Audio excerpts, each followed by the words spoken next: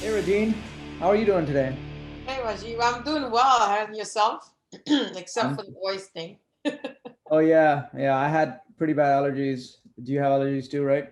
Yeah, allergies. I was super mom. So, my son golfs, so I was like, oh man, I need to be super mom and sit outside and watch him practice, and that didn't work very well. I forgot about the trees, and that was Yeah. it. So hopefully, I'm at the bout of it. It goes in and out. So fun stuff. uh, Sorry to hear that. Yeah, I'll appreciate you making some time regardless, and we'll power through this as best we can. Uh, Yes, Let me know if you need to pause or grab a water or whatever you need, right? I got the But trusty thanks, water. thanks for making it. My allergies were actually worse like a month ago, but it seems to be a little bit more settled now. I think we probably have different pollen that were Yeah, affected. it's kind of weird. It goes on and off. So when at the height of it, I cannot even step outside. Just Yeah. stepping outside is like a headache, and I can't afford to have a headache. I need to be on 24/7. And then as things progress, it's like the worst thing is if I don't pay attention, I get sinus. You get to turn into sinus. I could do all the home remedies, but I gotta go to the doctor when it gets to that level. So I know, I know. There's no rest for CEOs, and no, especially doubly if you're a CEO mom. Well, that's a whole different level that I can't even go there. But yeah, yeah. CEO mom. Yeah, we still on the go. It doesn't stop. Can you come? I'm like, okay, fine. You can say no. I'm the one sitting there with my computer. yeah, yeah, I know. So It's much harder than you, and everything comes to your plate, right? You're the yeah. last resort for everything. Oh yes. Oh yes. Cool. Well, yeah, I mean, I'm really looking forward to this because we're in our 2M2X series so far. We haven't had anybody really touch on cybersecurity. I want to make sure that we talk to someone that has deep personal experience as well as, leading their company, which works in cybersecurity and working with a variety of clients in cybersecurity as you are, and touching on different aspects there too, in terms of compliance, in terms of attacks, in terms of mitigations, and you really do touch the whole 9 yards there. So I'm really excited about this conversation, and we should probably start with a more detailed introduction. And I'm sure I'm not going to do you justice, but just as a real quick thing, Regine, you're the CEO of RBA Advisory, Yes. and that's a security consulting firm here in Orlando. I will let you share a lot more about that. So Sure. cover it. No problem. It's always weird, right? When you get introduced somewhere, I'm like, oh, we don't have to say all that now, but yeah. So I 5 years ago I went on this journey and started my own company, cyber risk management, and again the biggest thing was understanding that third party, right? Third party risk. I came from that world. What does that mean? And I've seen a lot, and how does that help other companies as well? So things just started working in that direction, and I just took the jump and started the company. The main focus was is small business, small to mid-sized businesses. Of course, we do have large enterprise clients, but our core is within that because they're the one that needs a lot of information. They need the help, right? And it's a lot of education. So it was fun work. I call it fun. Other people don't see it that way because that's how I keep it light, right? Education. I've never had so much love and admiration and care for teachers, right? Professors, because it's a big undertaking, right? You have to love to do it, to Yeah. get it done, and teaching adults is not easy. You would think it's like you pick it up, but nope. You have to say it three, four times, and then last time you got to do it at third level. I'm like, why would I want to do third level education? It doesn't work. How much money did you pay Yeah, for not education? only education, but also behavior change, right? You're not just Yes. teaching them Yep. concepts, but you're actually changing the way they behave and act Yep. in certain situations and their Yep. processes and all of that. So that's really hard work. And I've tried that in other companies with digital transformation, Yep. that's culture change as well. And that is definitely the hardest part of, it's not the technology that's hard, it's the human behavior and the transformation there that's really hard. Yeah, I Yes. totally agree with you.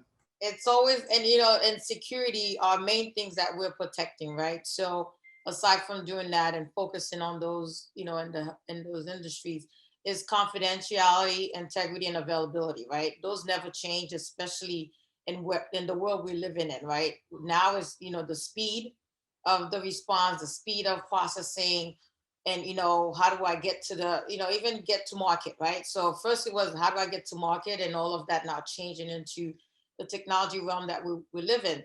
If my phone doesn't turn on within a millisecond, I have an issue. Like, why is it taking so long, right? So, and that is also the aspect. So when you're looking at you trying to protect how to keep the data, the information confidential, how to maintain the integrity, which means if I store it somewhere that is still going, when I go back to look for it, it's still going to be what I left, right? And the availability, how quickly can it be available to interchange and within departments, clients, and all of that. So the main thing that we focus on is compliance, right? Compliance, I realized early on, coming from an engineering background, technology background, like, oh no, technology first, but no, it's always it comes from somewhere, right? So back we call it risk management, and no one understood risk management. I wanted to understand what it was, so here I am, governance, risk, compliance, and that's the full makeup of cybersecurity, right? The top level, and then you get into technology, right? You have to have a driving force to give you to manage and guide the technology, because if you're just getting technology, what are you getting, and what is the purpose, right? What is my roadmap? What am I looking to accomplish? And there's a lot of different components. So understanding businesses, one thing we found was they didn't understand they know the business they were in, but they didn't know the industry they were in, and what other elements, right, aside from your Uncle Sam and employee, right, and HR, No, that is right? that is a great point, because I think a lot of companies don't really think of cybersecurity in that holistic view. Because I've worked with a lot of different companies, and some of the companies are very, very risk averse, right? So you, from your perspective, they would be checking the boxes of risk management and compliance, and they're dotting all the i's and crossing all the t's. Yes. But if they go too far, then they lose the first part of what you just described. Switching on your phone, expecting to work quickly, trying to roll this project out in a short time frame. Mhm. If you create all this gunk in the works and you slow down the process because of compliance, then you can't be innovative, and you Yes. can't be responsive to the market, and your users aren't going to be satisfied with a system that has you go through 5 steps to get to what they want to get to, or it takes too long to load because you're doing all these checks in the background. Yes. So you're in a position where you really have to make all of this come together for your clients, where the Yes. recommendations you make not only have to meet compliance and government regulations, you Mhm. have to protect yourself against threat vectors, but you also have to make sure that you're not stopping the business from doing Yes. what it needs to be doing. Yes. So Yes. that's a great place to start. I mean, I don't want to interrupt your introduction, but I wanted to No, that's underline it great. because I did my job. that's a I'm done. that is a great point to start with, because that is one of the challenges of Yeah, having any kind of cybersecurity program. it's refreshing to, for you to, you've outlined it, right? And especially for what you do, right? And the software life cycle and what you're providing for companies, to have a good grasp of what does that look like for your client, because that's key. And not a lot of companies, and we meet a lot of software companies, developers and all, they don't see that as part of the design, as part of what you need to do. And that is very important, and you hit a lot of things on the ground, which means that when you're doing something or for your client or providing that service, you don't leave anything out, right? You want to make sure that all of that is taken into consideration, because they want the end product. And what we've seen is they want an end product, they wanted to cover it all, but at least, yes, your end product may not be the all and all, right? But that particular component that they're solving, that solution that you're providing them, it gives them a step up, right? So that's one thing I don't have to worry about, because you differentiate yourself and now you're helping the client in the long run. And that's one of the things, right? Is really, how do you differentiate and help in the long run? And where does cybersecurity reside? It doesn't have a one home. Cybersecurity is everyone in the company. And that was one of the things, right? People are like, well, it's IT's problem. It's not IT's problem when IT is there purchasing and doing all this thing, and always they're doing fire drill, right? We call them fire drill. They put out fires. They spend their day putting out fires more than doing what is really security, right? Now the human, we call it the human. I call it the human element. We call it insider threat, which is us, right? at the end of the day, even to the CEO, of the company can be his or her own threat, right? The biggest threat to the company, because where I go like this busy, not because to put a a downplay on busy, but there's busy and then there's being very alert, right? So you're busy, you're doing work, and you have to get a lot of things done, but taking the time to understand what is security to me as a business owner, where does my liability and responsibility lies, and they don't understand that it's their responsibility. They own the data, they own the information, not the IT person. You hire that person to help you protect the information, right? So it's all of those, that education, as you say, right? Where does that come in? How do I help? How do I translate that to show you that at the end of the day, if you get ransomware or a phishing email, which turned into ransomware, and now your company is down, you don't have the proper measures in place to get back to running. Every minute counts. We hear the commercial, and it's funny, we joke about it, but in this situation, every millisecond count. It's just like being on in the ER, right? When something happened, it's like a fatal accident. Is those accident, you get flown in, and there's a lot of things going on at once, but there's nothing in place. There's no order, right? At least if you go to the ER, there's an order in place, and that's one of the things that. What is your incidence response? If you don't have anything at all, what happens when something happens, right? So Yeah. we hear a lot. It's not if, when. Now I say it's how. How do I get back to what I need to do? So a lot of that focus is where the education comes into play. Well, this is a cost. No, it's an investment, because if you can't get back to business, you're done. And the statistics are there, right? 60% of businesses, small, medium, they go out of business, right? Within 6 months. And it's not just a word, right? It's not just something someone came up with. It is fact. Even large corporations now are seeing the big effect, because when there's a breach, it's a 10% for a small business and a 10% for a large corporation. Is the zero starts counting, and Yeah. that's a lot, and it doesn't Yeah, stop. that's a So, that's a yeah, great one to expand on for our yeah, audience too. I mean, if you're looking at CIOs and CTOs, right, and yeah, part of the education piece that yeah, then ties into what should they be worried about, right? So, yeah. in terms of education, like, what are some of the biggest threats right now that you see, the most common attack vectors and things like that are happening right now that they should be aware of, and maybe provide some tips on what they can do to start thinking about protecting themselves. Yes, and I don't like, it's just like the target hack, right? COVID-19 has become one of those, but it is what it is, the fact, right?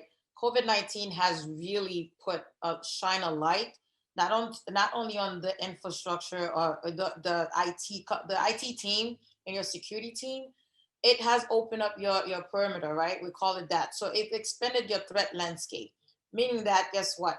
You're here now. I'm home, right? I'm no longer in the office where it's like Fort Knox, right? You can't even get in because it's locked down. But now you just let me walk away with a device, even if it's company issued. And if it's not company issued, that's a larger headache. That's another conversation. But what we've seen is remote workers, right? It's an influx of remote workers went home. Workers went home. And Right. what Right. did that mean? A lot of system crash, right? We saw that, a lot of chaos happening because certain companies were not ready, right? We talk about digital transformation. It was just that buzzword, right? But now people are seeing, oh my God, it is a true fact. It is a true move. It is a true process. It's the next level. So digital transformation came like this instead of that 2 3 year, plan roadmap in place, and put customer experience, employee experience, all of that went out the window. It's like, let's get it done and we'll figure it out later. And that was the main, that at the end of the day, it's crisis, right? Crisis mode. Let's fix it. Let's get to working. And then we'll worry about everything else. But while this is happening, hackers didn't stop, right? The bad actors did not stop. That's a great opening, right? So remote workers, from 2019 now, people, as companies get into 2020, oh my God, 2021, we're here already. Now you see a lot of companies doing what we call penetration testing, because they want to see what's going on now, because it's a little bit calm. Let's see what exposed, what have we been exposed to? Because one, you can control your Wi-Fi and your internet and all that at the office, right? Your firewall, your routers. But once I'm home, you never told me how to, harden my own system, and that's part of the education, right? So when we talk about education, you do education, people are like, what are you doing? Well, I have to start with the individual first. If you don't do personal education, for you to understand how cybersecurity affects you as an individual in your own home, how would you understand how to protect the business? That's one other thing that you, and that exactly, oh, that's another thing we have to worry about. Whereas if you as an individual understand, oh my goodness, if I don't, my TV, right? Who knew, right? You have to update your TV all the time. If I don't download that security software solution that the Spectrum or AT&T, all the likes are offering, here are the risks to you at home, because hackers get home as well. We have IoT. That's another conversation for another time. Internet of Things. That's another risk, right? It's getting bigger and bigger because everything is interconnected. How do we manage that, right? Phishing phishing is like the go-to because no one talks to each other now. It's via email, there's texting and all of that, but it's really via email, and it's easy Right. to get someone because if I'm working with you and someone intercept and acts like Rajiv, I'm gonna click on that invite you give me, but once I click on it, guess what I just did? I downloaded a virus and now I have ransomware, right?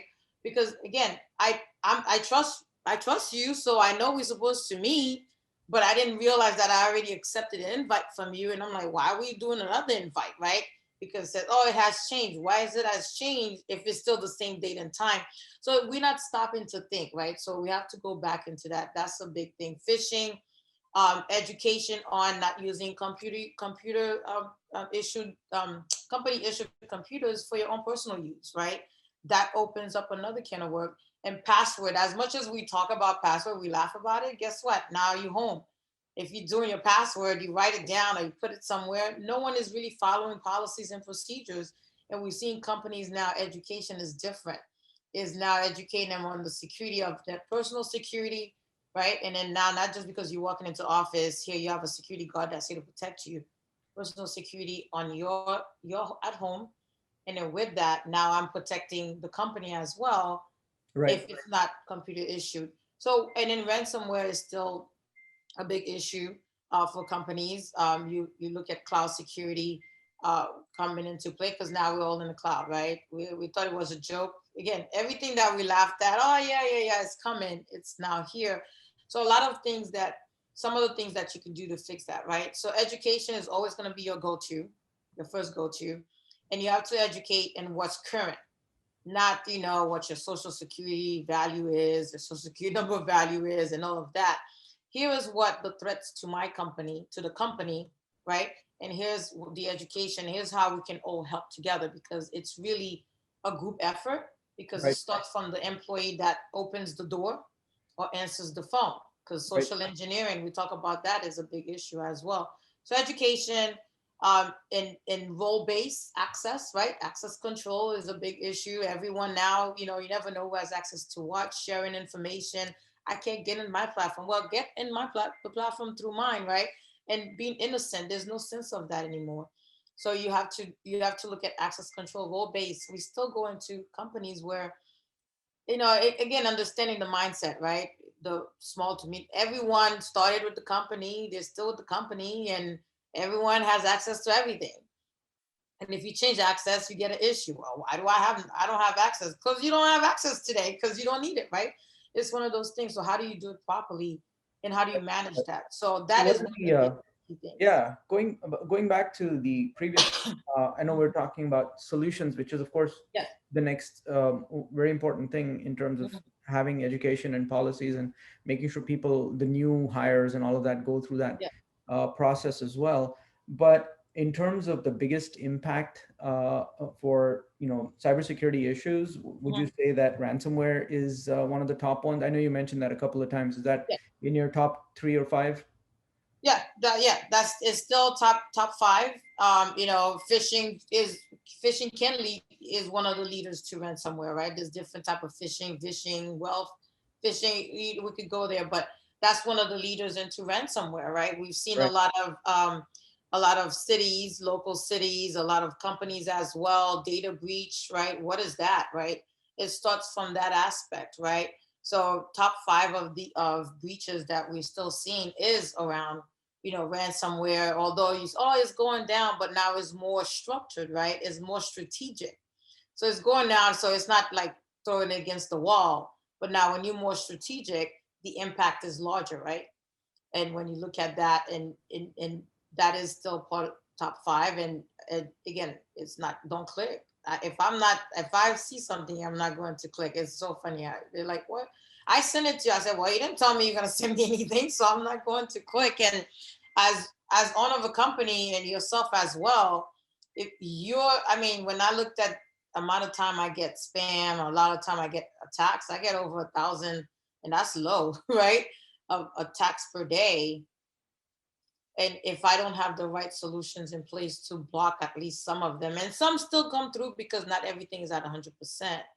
But however, again, to stop and think, you know, and it's always using the trusted, the trusted vendor, the trusted client, the trusted partner to really get to you in what you need to do. Again, we're not paying attention because we are busy. Kind of. Right. No, that's great. So, in terms of the response, you mentioned education, and of course, that needs to come from a structured, experienced team that has a program that is current. As you mentioned, it can't be Yes. like some online tutorial that is 5 years old or 10 years old. It has to be through a structured program from a current provider, Yes. which is key. And what else would you say as kind of the first few things that a CIO or CTO that maybe hasn't taken this? I wouldn't imagine which CIO or CTO wouldn't be serious about it, but let's assume that, you know, there's still some out there that haven't really dug into cybersecurity. Where would you suggest that they start looking at? You know, right now, what we're seeing, it, you know, it's a large undertaking, right? Putting a roadmap, what does that look like? Doing a risk assessment, security assessment, penetrate, all of these comes into play. And while you're doing that, what we've seen a lot of trend is incidents response plan. Remember, it's like your disaster recovery, your hurricane plan, right? It's that fire drill. We've seen a lot of companies, large, small, cities, government, very interested in incidents response plan. And what is the, you know, everyone knows what, well, is what happens when there's a breach, an incident. What do you do, right? Who comes to the table? Is Right. it 5 years old? Because a lot of them are 5 years old, no one has looked at it, right? And some of them have not even been approved, right? So it's all depends. It's there, but it's not approved. It's a 2-pager. Of course, we all know it's not a 2-pager. When I come in with my 70, 100-page one, like, what? Did we do something else? That, well, it's not 2-page because you have 1,000 plus employees. You can't have 2-page incidents response plan, and it's dated 2017, where most of these people no longer exist, right? Or it's not really industry standard. It was just like I have to have it as part of a requirement, and I downloaded it, and it's not customized to your company, right? So yes, there are templates available, but now it doesn't work for your company, so you have to understand that. So we're seeing a lot of requests for incidents response plan, Yeah. updating that, making it work for, and it's different. There's different one, right? You can have management for the executive operation, and you have the technical aspect of it as well. So Yeah. we're No, seeing a that's lot of requests and tabletop exercise. So once you have that, you need to exercise it and see, does it work? Where do I tweak? You know, where's the tweak comes into place. So we're doing a lot of those as well. for the audience. Could you describe what a tabletop exercise is? Oh yeah, sure. So I call it as just like you know, I use fire drill a lot. So it's really taking doing a simulation of a breach, right? So as a company, okay, we'll use healthcare. Healthcare ransomware is a big issue, right? Within healthcare, and we've been hearing a lot of that anyway, right? So they will. What are the largest threat, right? What are the top 5 threats to me as a company in the industry I am in? And then what we do is they come in and they have the incident response plan, know who's in place. Now we're coming in and simulating, doing a simulation of an attack, right? of a real world example of a ransomware pertaining to a department, or a section of the company. And in that space, everyone comes to the table. Everyone that's outlined on that sheet that needs to be called, we throw in, we create the scenario, then we call them injects of just like little tidbits information. You like breaking news, like you see if you're watching the news, breaking news, this just happened. What do you do? And a lot of that, we have the HR department, finance department. Now you know about Bitcoins. If you don't know, you need Bitcoin account. If you have cyber insurance, do you have the proper cyber insurance, right? So do you know what happens when you call your insurance company? What is covered? So all of that as a whole is taken into consideration, and you invite the business head leaders and then your vendors as well that supports those initiatives, right? Because if you have an outsourced IT company, they need to be involved because you have to know, they have to help you understand your network, right? How to contain it. Now, do you have a security team, forensic team that can come in and help, right? Yes, the insurance company will most likely have a forensic team, but I always say you always have to learn to protect yourself first, because as the insurance company will send someone, but the first thing they're going to do is protect them as first, right? Find out what you did, and it may not be you, but what you didn't do, and then take your application and do a check mark against it, right? It's just like an audit. When we do audits, you tell us what you're doing, we come in and test, right? So, well, you said you allow you have three tries and you locked out. Well, I've been trying for 10 times, I didn't get locked out. So it's all of these things that they're looking to see, if did you have the proper measures in place to prevent this breach. And Right. then after that, then they say, well, how can I help? So we walk through all these scenarios, and then it's real world events, what really happened when there is a breach, right? And then that helps you understand, does my plan really reflects when something happens, right? So what are Perfect. those Yeah. lesson learned based on industry, based best practices, and based on what we're doing. So that's what a tabletop exercise is. And Yeah. those are continuous, it's not one time. You always have to, check it, see if something happened, because it drives from your incident response plan, and that's what you're putting into play. Perfect. That makes sense. So, I mean, this is a good call out because I'm sure everybody is thinking about cybersecurity and they know that it's a threat, but Mhm. I think from talking to some of the leaders there's a sense that, hey, it happened to somebody, but they hope that it doesn't happen to them, or they don't think that it'll happen to them. Yes. But that's not an excuse for not being prepared. But even if you have insurance and you think insurance is going to cover it, like you just said, Mhm. if you have not done what they would consider to be basic protections in place, Yes. then they have a likelihood of denying your claims, Yes. Yes. and then that puts you in a even more as it is, you're going to get some bad attention from this, and it's going to look even worse Yes. if you fail to do what you were supposed to do. Mhm. Yes. So like you said, the first step is education, second step is preparedness, and as Yes. part of that preparedness, through the tabletop exercises, generate an audit and a list of things that you can go out and fix right away, so Yes. that if and when the time comes, hopefully it doesn't. Yes. But the frequency I is really agree. high right now. I know three people at least Mhm. from Yes.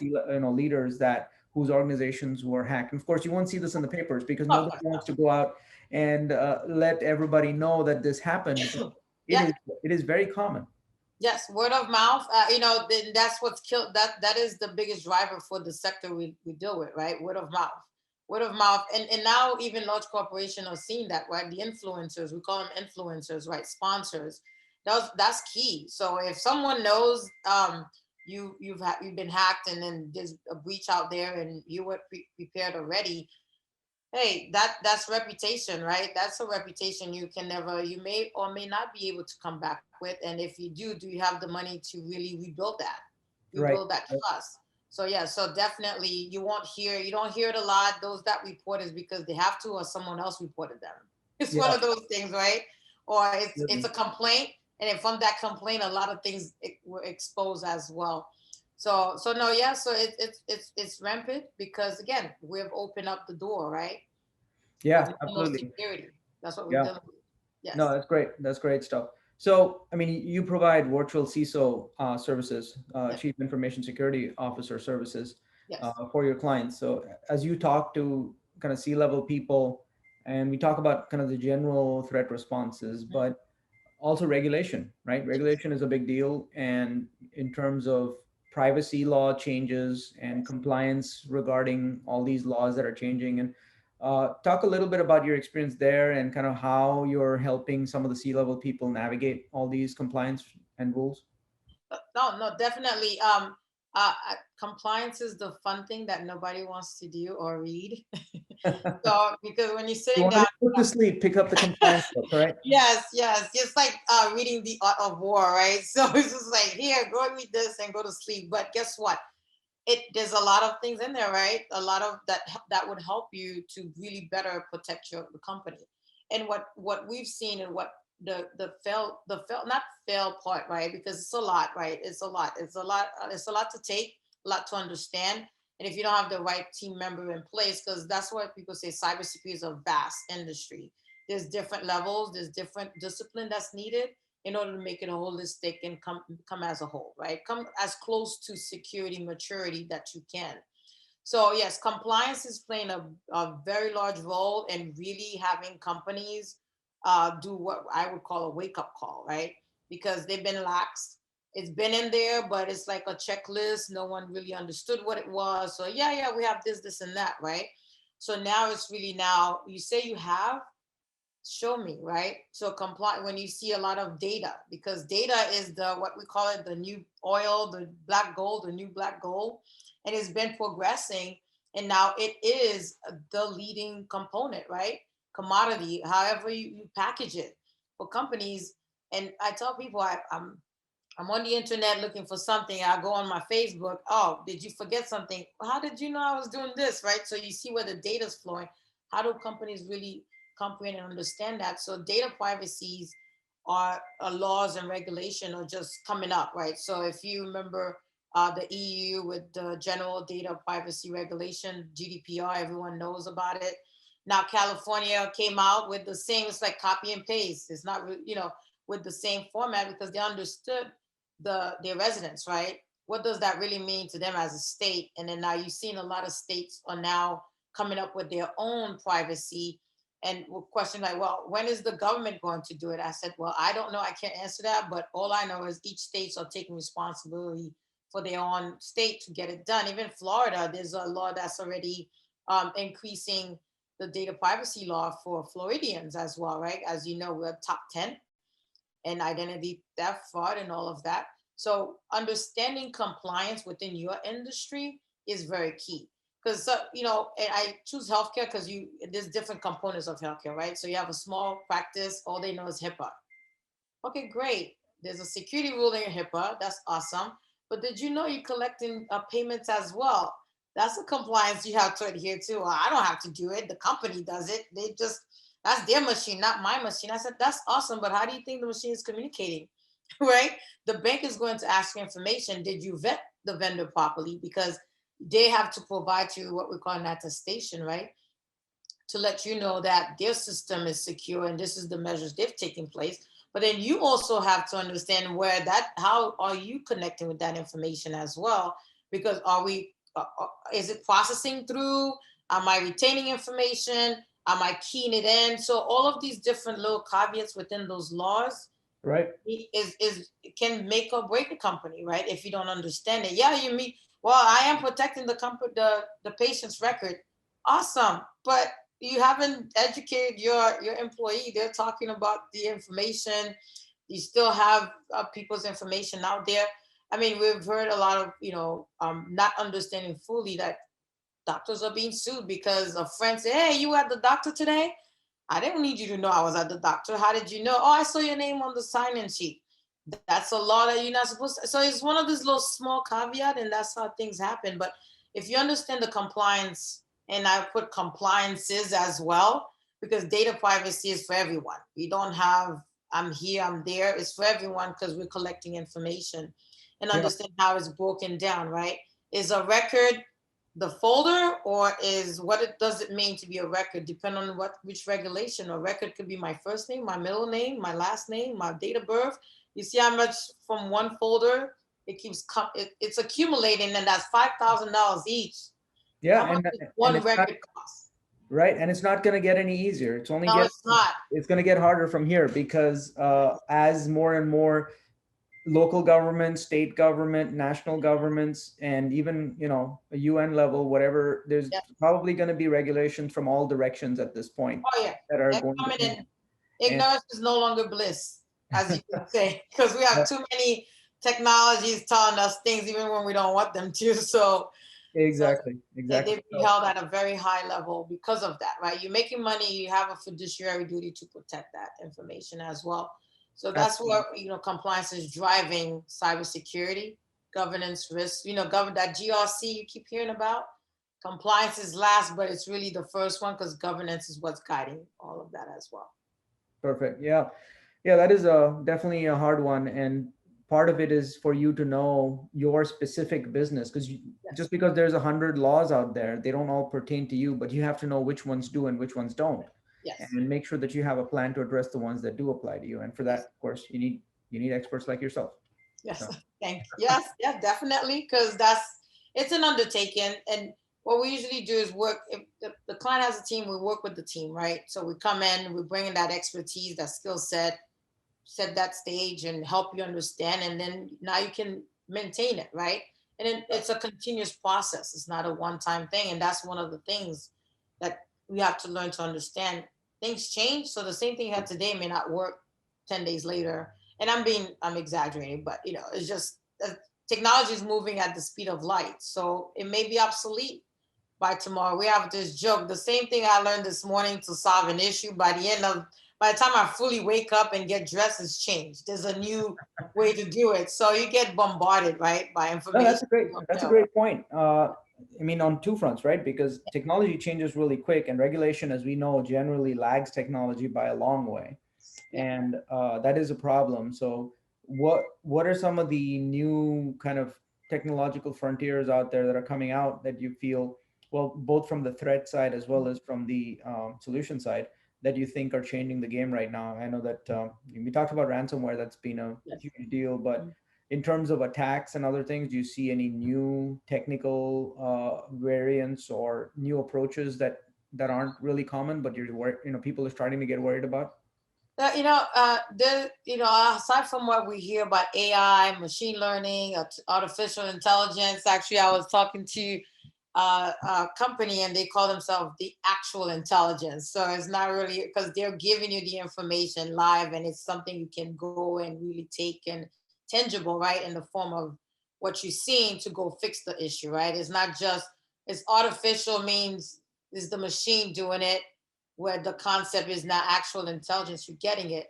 And then so those are new, the technologies, right? So are they new? No, they've been in the works, but those are the new things that people, whereas security folks are looking to use as well to help us combat that, right? Because there's a lot of also false positives out there. So you could have a team and they're chasing threats, right? They're chasing alerts. And it may not even, at the end of the day, you just spent like a 8 hour day, and guess what? There's nothing. It was a false alert, right? What does that mean? So your team is exhausted. So those machine. So when you look at that, companies, that cybersecurity companies on the technology front are looking to use these new technologies to help. We've been hearing about blockchain, right? Blockchain had a spring and then it burst, and then now it's coming back into more of a structured approach, right? Yeah. See what is going on, what is coming together, how do we put things in place as well for these No, companies. that's a great point because, blockchain was one of the things that was supposed to be unhackable. The blockchain itself is Yeah, unhackable. yes. That's great. But once you buy cryptocurrency or whatever it is, and Mhm. you put it in an exchange, now the exchange is hackable. And Yeah, that's what happened with Mount Gox and the others, right? There was yes, attacks on wherever, obviously the attackers aren't going to go for the hard problem. They're going to go for what is the easiest yes, problem way yes, to break the low hanging fruit, if you will. And yes, in yes, that case, it's usually the social engineering, yes, or it is some kind of a system where that's the weakest link in the chain, and you yes. attack that, right? So is that what you see as continuing? Like there's going to be this arms race, but the weakest link is always going to be the people, right? Yeah. No, that's this, that, it is it's the biggest headache. I mean, and I always wonder why we have all these things. What is happening? It's us, because we can't manage this brain, right? We can manage character. We can manage character. People can change character. People can, be angry and change their face, but then you say something, oh, it can be twitch, right? Things, people do things emotionally, not logical sense. So you're dealing with a lot, and now companies are doing more to try and understand the mental state of their employees. You've seen that that's another big change, and there's things that could help you, see that, right? Be able to somewhat, without sending them to a psychiatrist, right? To be able to Well, detect yeah, these I mean, there's things a lot of before health and change. wellness stuff now, Yeah. especially around the It, pandemic with mental health, oh that yes. has definitely brought that in focus. Yes. But I mean, I guess this underlines what you started the Mhm. conversation with, Yes. which was education Yes. and how important that is as a core component. Because no matter how much you harden your systems, Yes. you have to give access to the people who need access to do the work they can do. And if Yes. they can get access, that means anybody who engineers them can get access too. Yes. So, which is why, at the end of the day, education has to be an ongoing Yes, practice. it's an ongoing practice. We joked about it. I'm a lifelong learner. That is definitely what we need. What is going to happen? Because again, as security professional, technology professionals, we will be what I call, either we technology rich, technology poor.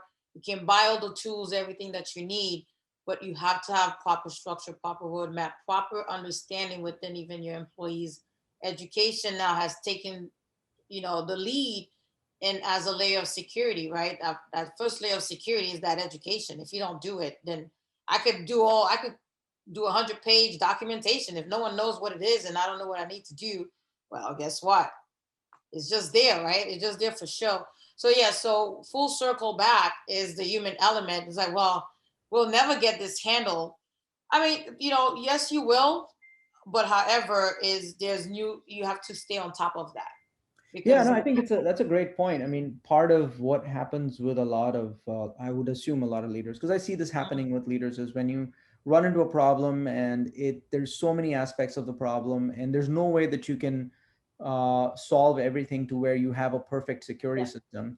And at that point, a lot of them might feel like throwing up their hands. They're like, well, if I can't solve it, I'm just going to leave it alone, not worry about it, because it's just too much effort. yeah. But again, I think the balance is what, again, you shared this, and I want to make sure Mhm. we underline this point too, which is that no, that is not a good approach, because you at least have to do enough to show that you did your due diligence. Yes, You have yes, to know what is considered acceptable security, and if you don't yes. meet those needs of acceptable security, having checked those, at least a checklist of things that show that you've tried, and Mhm. if the hacker was able to get around what you thought was reasonable security, that's fine, but at least you covered from an insurance perspective, and from a Yeah, plausible deniability yeah, perspective, and yeah. from any other kind of litigation that might arise from your users throwing a lawsuit your way. Yeah, So that is definitely. that is that is really good stuff. And unfortunately, I would love to Yes, dive into it more, but yes. I don't want to encroach on your time here. But